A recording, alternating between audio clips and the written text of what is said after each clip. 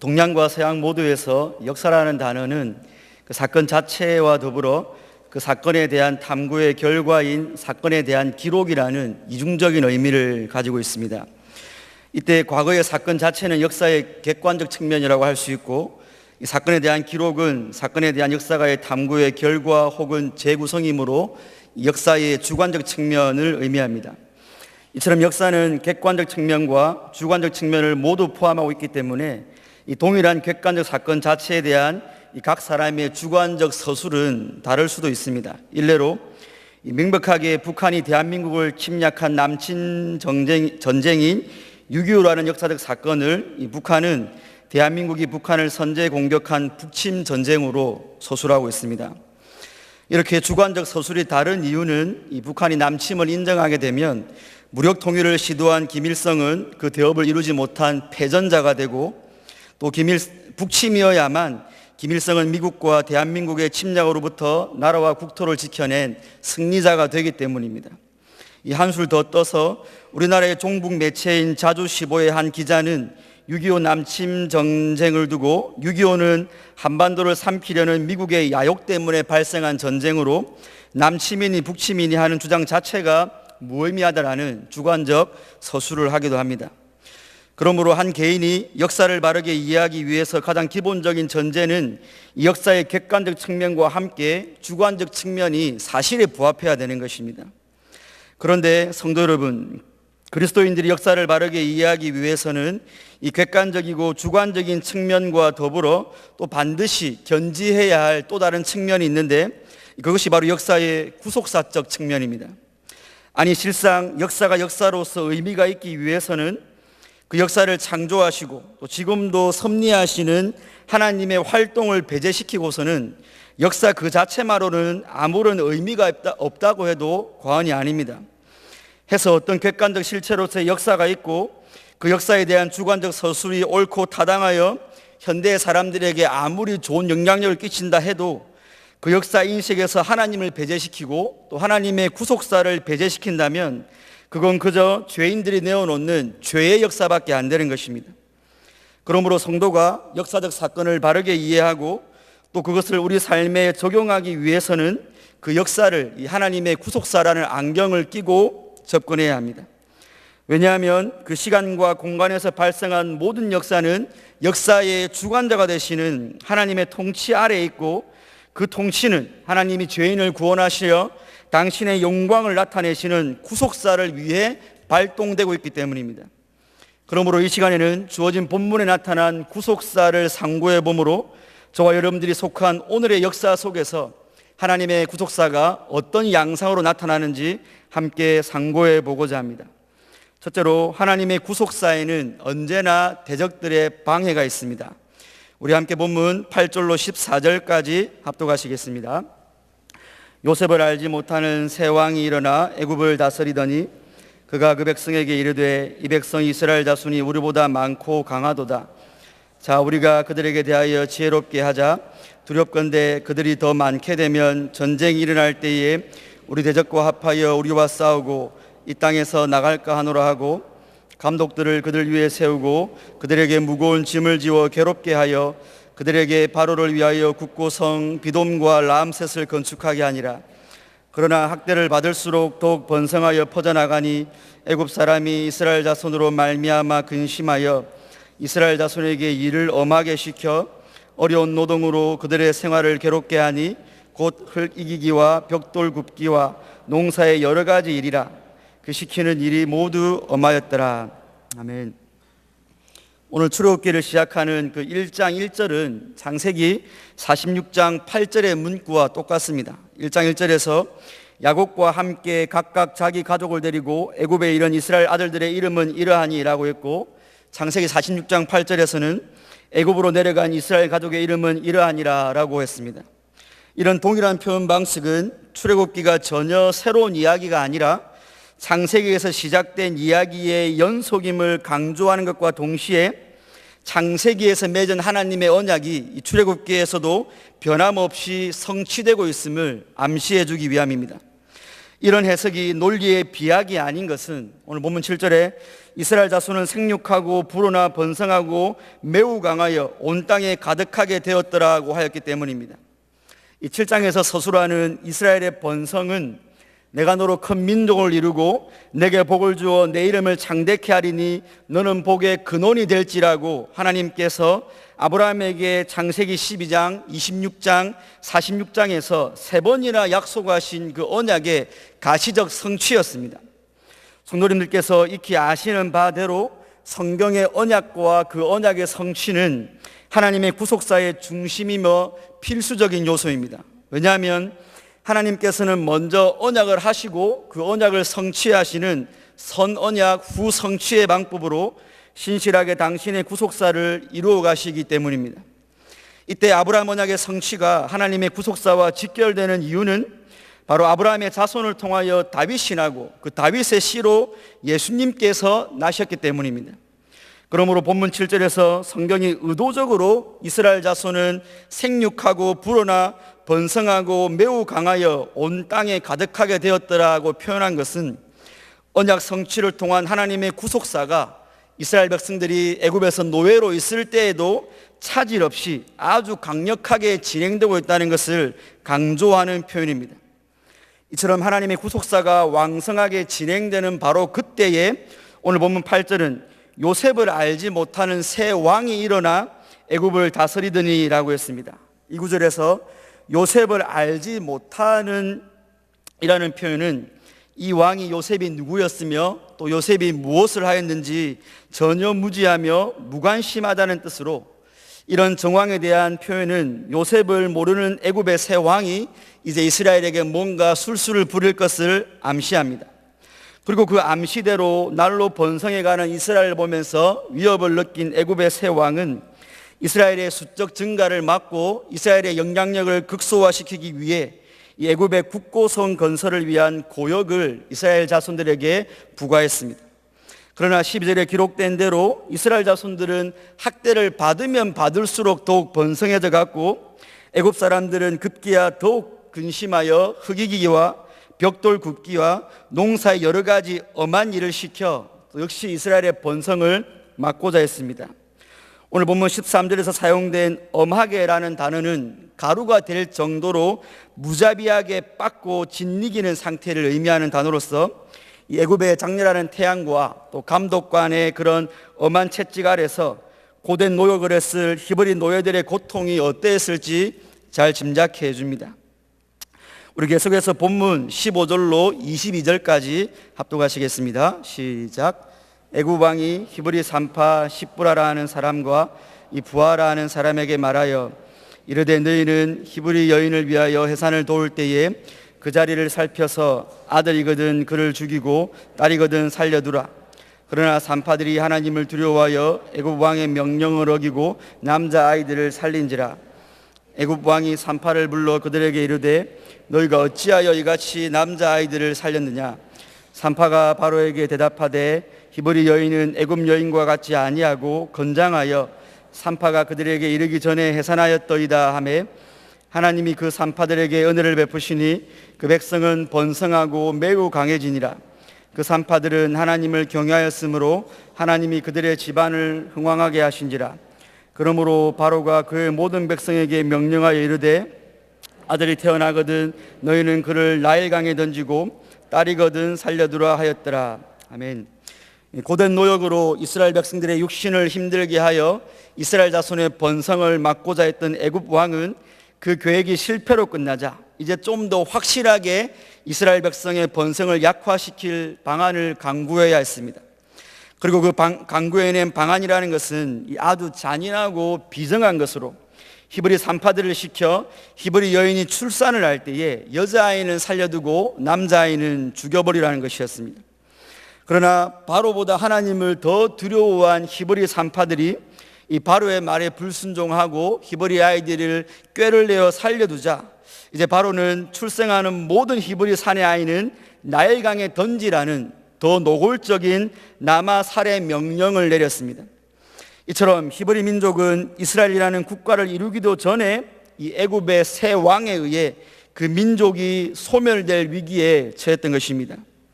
그러나 하나님의 구속사에 입각한 역사관을 소유한 우리 그리스도인들은 이 애굽이라는 강대국이 약소 민족인 히브리인들을 압제하는 오늘 본문에서 단순히 힘의 원리가 지배하는 역사가 아니라 바로 하나님의 언약이 위협받고 있다는 사실을 영적 눈으로 볼 수 있어야 합니다. 앞에서 잠시 살펴본 대로 이스라엘 자손이 생육하고 불어나 번성한 것은 그저 아무런 제한이 없을 때에 어떤 인구가 25년마다 배로 증가한다는 인구 통계학자의 통계 법칙에 의한 자연적인 현상이 아니라 생육하고 번성케 하시겠다는 하나님의 언약의 성취였기 때문입니다.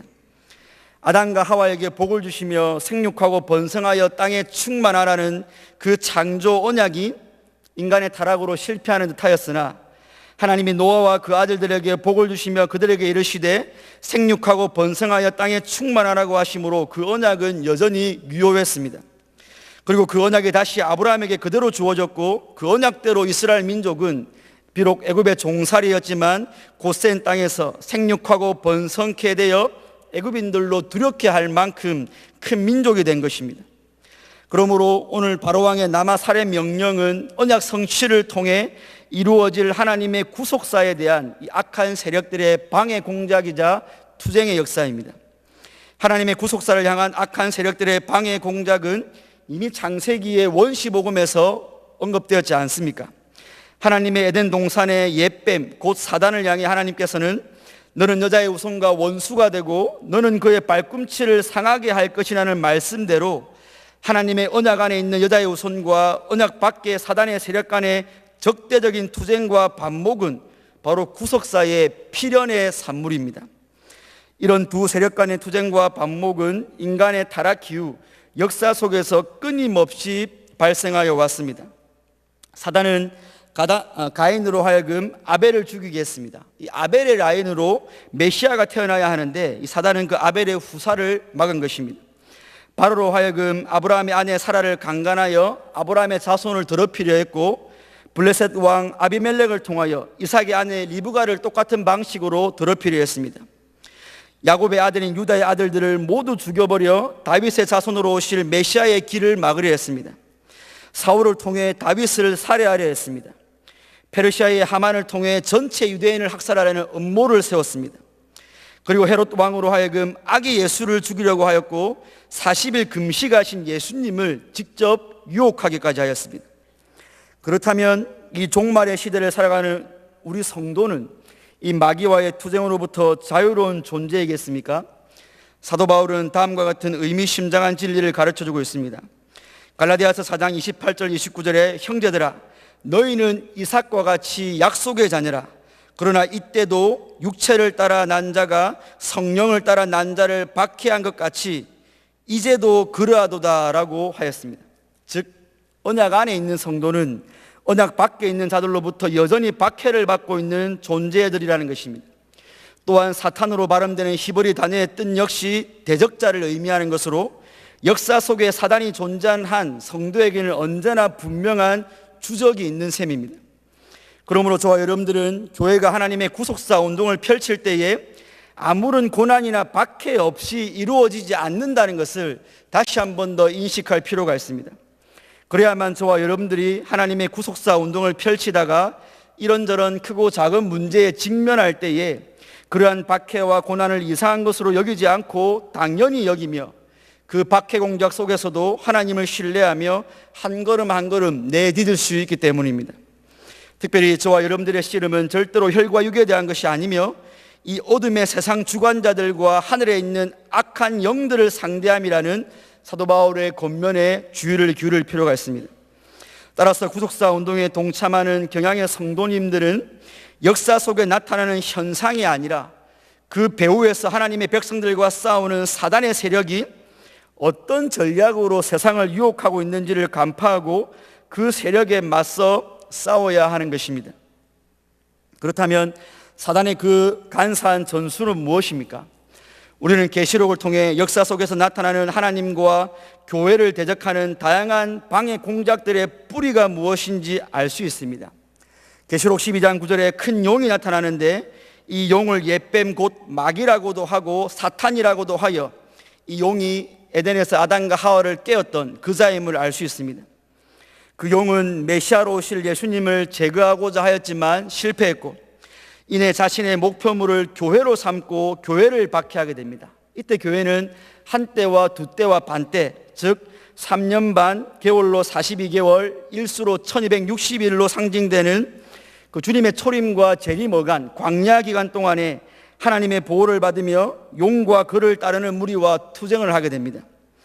이때 그 용의 대행자로 바다에서 올라오는 짐승이 있는데, 그 짐승의 도드라진 특징은 그의 머리 하나가 죽었다가 다시 살아나는 것인데, 그로 인해 온 땅이 그를 따른다고 했습니다. 그가 용에게서 권세를 받아 하나님을 모독하고 그 3년 반 42개월 동안 일할 권세를 받게 됩니다. 뿐만 아니라 땅에서 올라오는 짐승도 있는데, 그린 어린 양같이 두 뿔이 있고 용처럼 말한다고 했습니다. 여러분, 이 모든 것이 무엇을 의미합니까? 지금 하나님의 구속사를 방해하는 적대 세력인 용과 땅과 바다에서 올라오는 짐승이 바로 성부와 성자와 성령 삼일체 하나님을 흉내내고 있습니다. 바다에서 올라오는 짐승은 죽었다가 살아난 것처럼 보이므로 예수님의 부활을 흉내내고 있고, 땅에서 올라오는 짐승 역시 그 외형이 어린 양 같다고 하여 어린 양 대신 예수님을 흉내내고 있습니다. 뿐만 아니라 이들은 불이 하늘로부터 내려오는 이적을 행하는 권세까지도 소유하고 있었습니다. 그러나 아주 중요한 사실은 그렇게 삼위일체 하나님을 모방하고 이적을 행하여 하는 그들의 결국은 용의 말을 하더라는 것입니다. 바로 이것입니다. 2000년 기독교 역사 속에서 구속사를 방해했던 마귀의 핵심 전략은 교회의 물질이나 교회의 건물을 빼앗는 것도 아니고, 교회가 세상에서 조롱을 받게 하는 것도 아니었으며, 그리스도의 목숨을 빼앗는 것도 아니었습니다. 오히려 그런 핍박이 있을 때마다 교회는 더욱 하나님을 의지했고, 그런 핍박과 박해 속에 교회는 더욱더 흥왕하였습니다. 그러나 교회가 진리를 등한시하고 진리를 이용해서 세상적인 복에 더 혈안이 되었을 때, 교회는 마귀가 뿌려놓은 용의 말 앞에 도매금으로 넘어가 버렸습니다. 사단은 초대교회 초기부터 이 물질 세계는 악하고 비밀스럽고 신비한 지식을 소유한 특별한 자만 구원을 받는다는 영지주의로 교회를 유혹했고, 그 뒤 몇 세기 뒤에는 예수님은 결코 하나님이 아니고 하나님이 보내신 종일 뿐이라며 삼위일체 하나님의 진리를 왜곡시켰습니다. 이후 교회가 삼위일체 교리를 공고히 하자, 이번에는 예수님의 신성과 인성이 어떻게 한 인격 가운데 동시에 존재하느냐며 예수님의 양성의 문제로 교회를 미혹했습니다. 이번에는 인간의 원죄를 부인하고 인간 스스로 구원을 얻을 수 있다는 펠라기우스주의와, 원죄는 인정하였지만 여전히 죄인 스스로 자기를 구원할 수 있다는 반쪽짜리 펠라기우스주의와, 그리고 그 사상의 아류되인 천주교의 행위구원론과 알미니안주의와, 하나님 중심의 계시 종교인 기독교를 인간 중심의 주관주의로 바꾼 자유주의와, 정통인 것 같지만 정통이 아닌 신정통주의와, 그리고 모든 종교는 결국 하나라는 종교다운주의와, 진리의 일치가 없는 교회 일치 운동과, 이런 것 할 것 없이 사단은 어제나 오늘이나 내일이나 할 것 없이 마치 이런 비진리를 진리인 양 속이며 그리스도인들을 사망의 길로 오도하며 하나님의 구속사를 방해하고 있는 것입니다.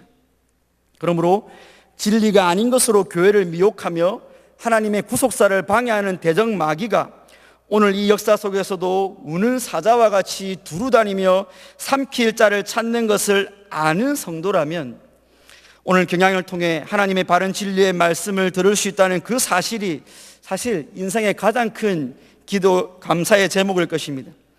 또한 용의 말로 가득 찬 세상 속에서 살아가는 자신과 또 그 자신의 자녀들을 위해 이미 들은 진리가 참 진리인지 진지하게 확인하고 또 확인할 것이며, 그 진리를 배우고 또 배우고 싶어하는 열정으로 그 심령이 채워지지 않겠습니까?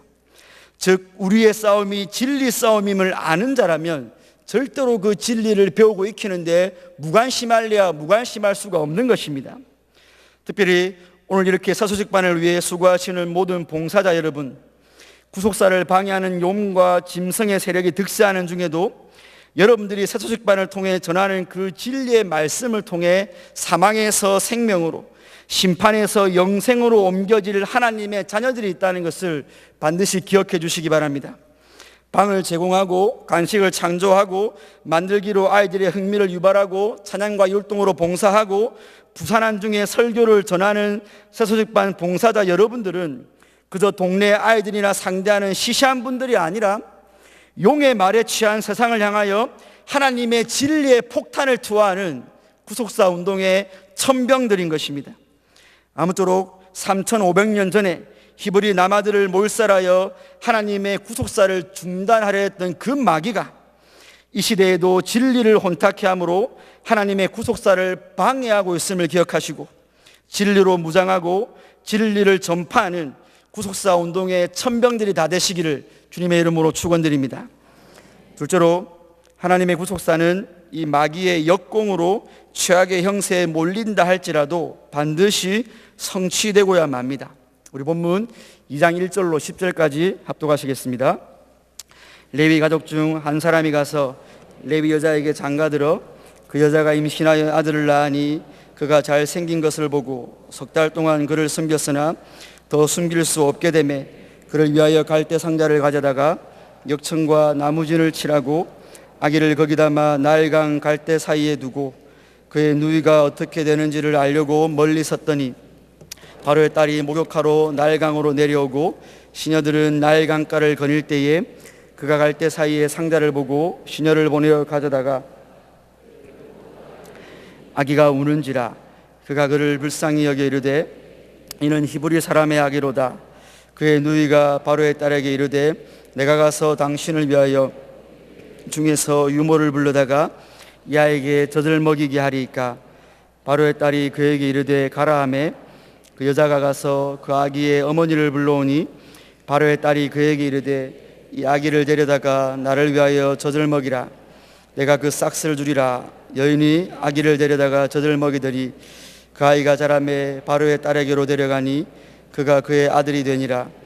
그가 그의 이름을 모세라 하여 이르되 이는 내가 그를 물에서 건져내었음이라 하였더라. 아멘.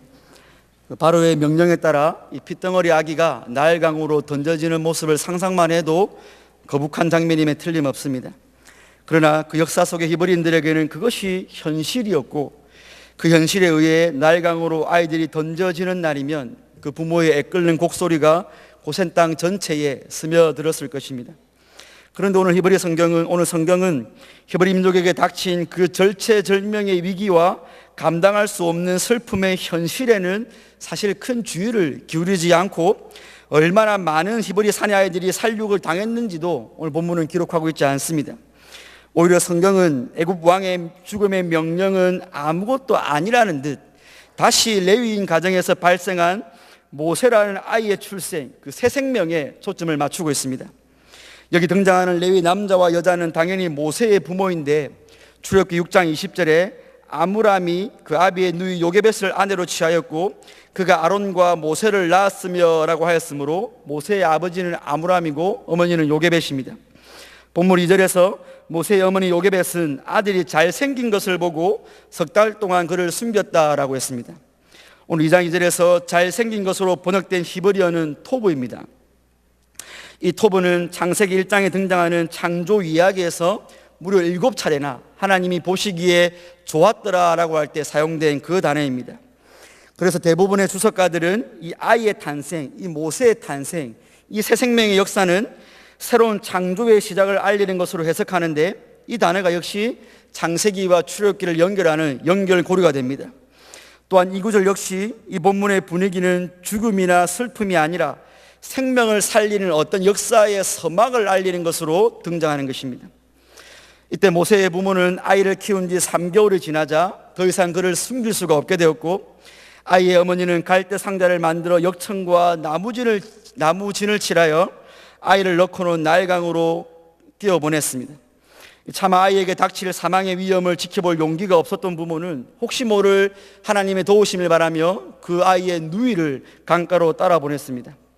마침 바로의 딸이 목욕하러 나왔다가 우연히 그 상자 속에 아이를 발견하게 되었습니다. 아마도 바로의 딸인 공주는 목욕하러 나일강을 찾을 때마다 떠내려가는 많은 아이를 보았을 것입니다. 그러나 그때는 별 관심이 없었는데 갈대 상자에 담긴 아이를 보았을 때는 뭔지 모를 긍휼의 마음이 생겼고 또 그 아이를 궁궐로 데려가 키우고 싶은 마음이 일어났습니다. 모세가 버려지는 날 바로의 딸이 목욕하러 나일 강가에 나온 것, 모세가 담긴 갈대 상자가 목욕을 하던 바로의 딸 앞에 흘러간 것, 상자 안에 울고 있는 아이를 보고 긍휼이 마음에 일어난 것, 그 아이가 죽어야만 하는 히브리 사내인 줄 알면서도 자기 아버지의 명령까지 불순종하며 그 아이를 키우려고 한 그 모든 것은 우연도 아니고 모세의 행운도 아니었으며 오직 하나님의 섭리라고 밖에는 달리 설명할 도리가 없는 것들입니다. 이 상황을 조금 떨어진 곳에서 지켜보던 모세의 누이 미리암이 그때 나타나서 이 아이에게 젖을 먹여 양육시킬 수 있는 유모를 소개하겠다고 했습니다. 애굽의 공주는 미리암의 제의를 좋게 받아들였고 미리암은 어머니 요게벳을 데려와 바로의 딸에게 소개했습니다. 이렇게 해서 모세는 다시 친엄마의 손으로 돌아갔고 그녀는 더 이상 벌벌 떨며 숨어 그 아이를 키울 필요가 없었습니다. 뿐만 아니라 양육비까지 받아가며 당당하게 키울 수 있었습니다. 오늘 9절에서 여인이 데려다가 젖을 먹이더니라는 표현으로 보아 아마 모세는 젖되기 전까지는 요게벳의 품에서 양육받았을 것입니다. 그리고 10절에서 그 아이가 자라매 바로의 딸에게로 데려가니 그가 그의 아들이 되니라. 그가 그의 이름을 모세라 하여 이르되 이는 내가 그를 물에서 건져내었음이라 하였더라 라고 하였습니다. 이 당시 아이들은 만 3, 4세 때 젖을 떼었으므로 이 모세는 어린이집에 들어갈 만한 즈음에 바로의 공주에게 의해서 궁궐로 입양된 것입니다. 성도 여러분, 지금까지의 스토리를 이 하나님과 사단의 대적 관계 속에서 한번 정리해 보십시오. 하나님께서는 에덴 동산에서 붙어주신 원시복음과 아브라함과 이삭과 야곱으로 이어지는 그 언약을 이루기 위해 종살이하는 히브리 민족을 거대하게 하셨습니다. 그래서 사단은 에덴에서부터 의인의 계열의 씨를 말리려고 했고 그리하여 여자의 후손으로 오실 그 씨가 예수님이 세상에 출생하지 못하도록 온갖 방법을 동원하였습니다. 그러던 중 본문에 와서는 히브리인들이 거대한 민족을 이루지 못하도록 바로를 통해 새롭게 출생한 히브리 사내 아이를 나일강으로 다 던져버리게 했습니다. 그러자 하나님께서는 히브리 사내 아이들을 멸하기 위해 지정된 바로 그 나일강에서 후에 이스라엘을 출애굽시킬 위대한 지도자 모세를 살림으로 그 죽음의 강을 생명의 강으로 바꾸셨습니다. 사단은 바로를 통해 히브리 사내 아이들을 다 죽이려 했지만 하나님께서는 그 누구도 아닌 바로의 딸을 통해 모세를 양육하신 것입니다. 그때 죽음의 집인 바로의 궁은 모세의 아늑한 요람이 되었고 대적자 바로의 재정은 모세가 애굽의 선진 문물과 또 모세가 하나님 유를 신앙을 겸비한 자로 자라는 데 필요한 후원금이 바로의 돈이 되었습니다. 사단은 그 아이를 죽이려 했지만 하나님께서는 그 아이를 자라게 하신 것입니다. 이 대목에서 유대인들은 오늘날에도 열광합니다. 회당에서 이 이야기를 읽을 때 손뼉을 치고 발을 구르며 소리를 지르면서 당신들의 백성들이 처한 최악의 상황에서도 택한 백성을 보호하시는 그 유대교의 하나님을 찬양합니다. 하지만 이 말씀은 오늘 본문의 1차 독자인 출애굽한 이스라엘 민족과 현대 유대인들에게 주어지는 말씀일 뿐만 아니라 이 구속사의 역사의 점진적 과정 속에서 교회 운동을 펼쳐나가는 바로 그 교회를 위하여서 주시는 하나님의 말씀입니다. 우리 하나님께서는 그 어떤 상황 가운데서도 구원하기로 작정하신 타락한 자기 백성을 반드시 구원해내고야 마실 것이며 또 구원해낸 바로 그 언약 백성을 그 누구에게도 빼앗기지 않으실 것임을 오늘 본문을 통하여 확정해 주시는 것입니다. 사실 이처럼 통쾌한 하나님의 구속사의 점진적 성취는 비단 오늘 본문에서뿐만 아니라 역사 속에서 그때그때마다 하나님이 행하신 일들인 것입니다. 아벨의 죽음으로 여자의 후손의 계열이 끊어졌을 때 하나님께서는 아담에게 또 다른 씨 셋을 주심으로 의인의 계열이 연결되게 하셨습니다. 바로와 아비멜렉이 아브라함의 아내 사라와 이삭의 아내 리브가를 강간하려 할 때 하나님이 직접 나타나 그것을 막아주셨습니다. 메시아가 나실 유다 지파의 대가 끊어지려 할 때 하나님은 다소 이상하지만 며느리 다말을 통해 유다 지파의 대를 이어주셨습니다. 나오미의 남편과 아들들이 모두 죽었을 때 하나님은 고엘 제도를 통해 보아스를 등장시키므로 다윗으로 이어지는 족보의 징금다리를 놓아주심으로 다윗의 자손으로 오실 메시아를 예비하셨습니다.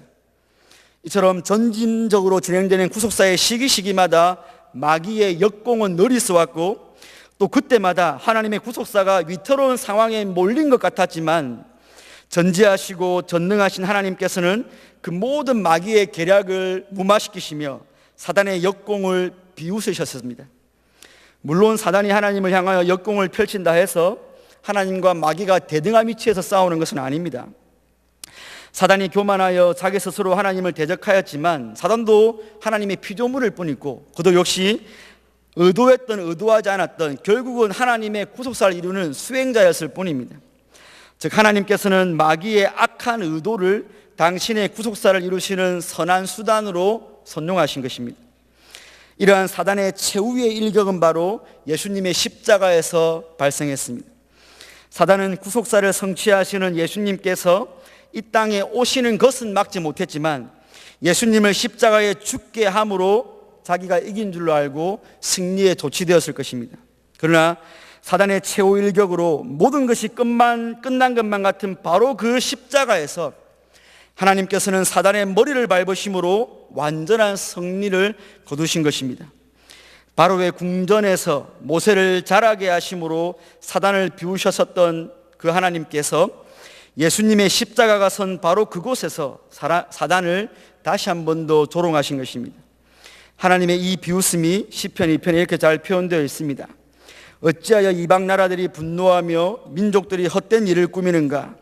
세상의 군왕들이 나서며 관원들이 서로 꾀하며 여호와와 그의 기름 부음 받은 자를 대적하며 우리가 그 맨 것을 끊고 그의 결박을 벗어버리자 하는도다.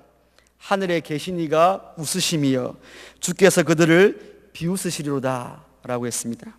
여러분, 하늘 보좌에 계신 어미하신 하나님의 이 비웃으심이 사단에게는 그 어떤 것보다 오싹하고 소름 돋는 것이었겠지만 하나님의 보호를 받는 저와 여러분들에게는 하나님의 대적들을 향한 이 하나님의 비웃음이야말로 참으로 든든하며 감격적이지 않습니까, 여러분? 이스라엘 민족을 몰살시키려는 바로의 궁전에서 이스라엘을 구원할 모세를 자라게 하신 그 하나님, 하나님의 언약 백성을 영원한 사망과 저주로 몰아넣으려 했던 그 십자가에서 하나님의 언약 백성에게 임할 사망과 저주를 다 제거해 버리신 바로 그 하나님께서 경향의 하나님이십니다. 그 하나님께서 경향이 펼치는 여러 교회 운동들과 함께 하시며 우리 경향을 통해 하나님의 구속사를 반드시 성취하시고야 마실 것입니다. 이제 개강을 맡게 되는 경향의 새소식반 역시 하나님의 구속사 운동의 일익을 맡고 있음을 기억하시며 그 일을 감당하실 때 사단이 주는 어려움이 있을 때마다 대적들을 비웃으시는 하나님만 의지하시기를 주님의 이름으로 축원드립니다. 경향의 성도 여러분, 오늘 함께 살펴봤던 본문에 하나님은 등장하지 않습니다. 뿐만 아니라 하나님의 성호조차 언급되지 않습니다. 그럼에도 불구하고 오늘 본문의 주연은 바로나 바로의 딸도 아니고 심지어 모세도 주연은 아닙니다. 오히려 그들은 구속사의 조연들일 뿐이었고 그 구속사의 주체자는 언제나 하나님이시라는 사실을 우리는 오늘 한 번 더 확인할 수 있었습니다. 그러나 역사의 본질이자 핵심인 이 구속사를 모르는 자들은 오늘날에도 여전히 역사의 현상만을 보고 그 현상에 따라 이리저리 갈대처럼 휘둘리는 자들입니다. 이 역사 속에서 죄인들끼리 서로 합의하여 이거 좋은 거다, 이거 선한 거다, 이게 가치 있는 것이다라고 규정해 놓은 것을 마치 그것을 소유하면 역사의 주인공이라도 된 양 그들은 허세를 부립니다. 반면에 그런 것들을 소유하지 못하면 아무것도 쓸데없는 존재인 양 자신의 삶을 비관하고 열등감에 사로잡혀 버립니다. 사실 결국은 송장에게 귀걸이 하나 들고 송장에게 메이크 있는 옷 하나 더 입히는 것인데 그저 죽은 자들끼리 그 송장에 썩는 냄새를 가리려고 아웅다웅하며 살아가고 있는 꼴입니다. 그런데 하나님의 은혜로 이 세상 역사의 주관자가 누구이시며 이 역사가 무엇을 위해 존재하며 이 역사가 어디를 향해 가고 있으며 그 진행 가운데 어떤 일들이 발생하고 있으며 이 역사의 종말이 무엇인지를 아는 자들이 있는데 그들이 바로 교회입니다. 그러니까 교회인 저와 여러분들은 비록 이 시간과 공간이라는 역사에서 살아가지만 동시에 구속사적 역사관을 가지고 이 세상과 저와 여러분들의 실체를 판단할 수 있는 자들인 것입니다.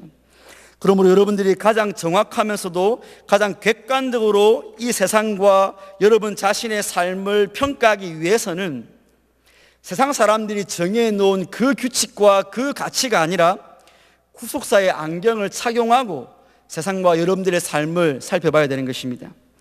그때 성도는 자신이 속하여 살아가는 이 세상은 막연한 평화의 시대가 아님을 알 수 있습니다. 왜냐하면 성도는 평범한 날들 속에서도 구속사 성취의 과정에서 발생하는 영적 전운의 기운을 감지하는 자들이기 때문입니다. 또한 이 시간에도 우리 대적 마귀는 우는 사자같이 두루다니며 삼킬 자를 찾는 것이 성도가 처한 구속사의 현장임을 생생하게 깨닫고 있기 때문입니다. 성경은 십자가와 부활로 마귀의 머리를 밟으신 예수님의 그 승리가 저와 여러분들이 아무런 긴장감 없이 살아야 될 그 면죄부로 던져주고 있지는 않습니다.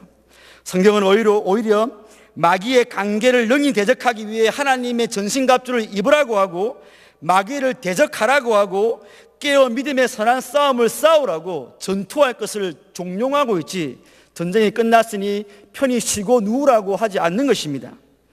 이처럼 구속사의 렌즈를 끼고 렌즈를 통해 구속사의 진행에는 언제나 사단의 방해가 있음을 아는 성도는 비록 내 삶이 평안하고 평범한 날들이라 할지라도 영적으로 깨어 이 대적과의 전시 상태에 돌입해 있는 자들이며 특별히 삼위 하나님을 모방하면서 진리인 것처럼 그러나 용의 말을 하는 자들과 싸우기 위해 진리로 무장하고 또 진리를 배우고 익히는 자들인 것입니다.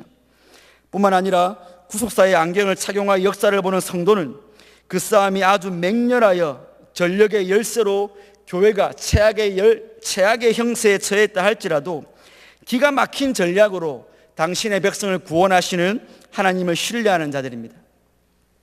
우리가 신뢰하는 그 하나님께서는 당신의 신적 지혜와 신적 능력으로 대적이 펼치는 가장 사악하고 가장 비상한 책략마저도 당신의 백성을 위한 선으로 바꿔버렸던 분이 아니십니까? 그 하나님께서는 대적을 향하여서는 섬뜩한 비웃음을 지으시지만 오늘 저와 여러분들 향하여서는 그 얼굴빛을 비추사 은혜와 평강 주시기를 원하시는 하늘의 아버지십니다.